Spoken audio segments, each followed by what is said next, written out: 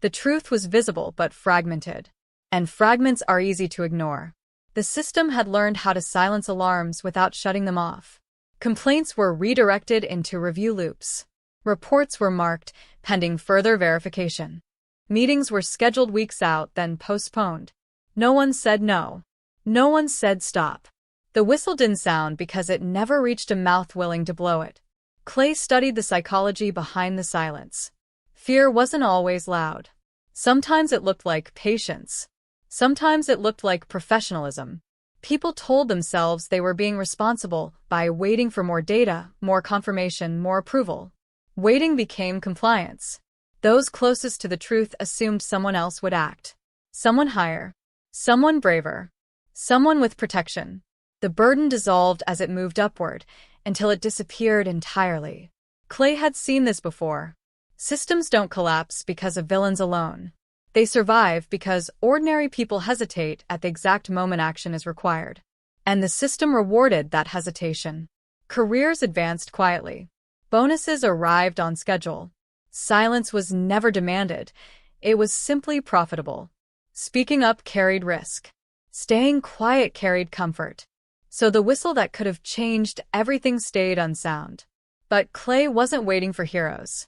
He understood that depending on conscience was unreliable.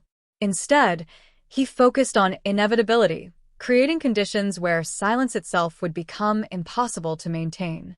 Because when truth is structured correctly, it doesn't need a whistleblower. It leaks. It spreads. And eventually, it speaks for itself. Clay never hacked the system the way people expected. There was no dramatic breach, no flashing warnings, no sudden blackout.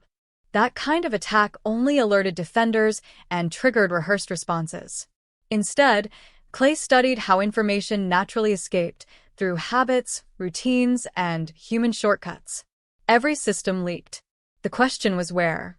He identified pressure points, shared dashboards copied into personal notes, internal summaries forwarded just in case, data exports saved to private drives for late-night review.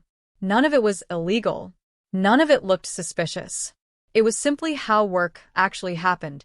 Clay designed the truth to travel through those paths. He released nothing directly.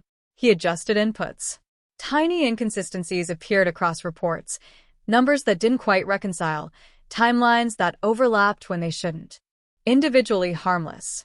Collectively impossible to ignore. People began asking quiet questions. One analyst compared two versions of the same dataset and noticed the drift.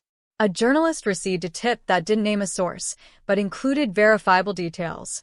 A regulator saw a discrepancy that forced a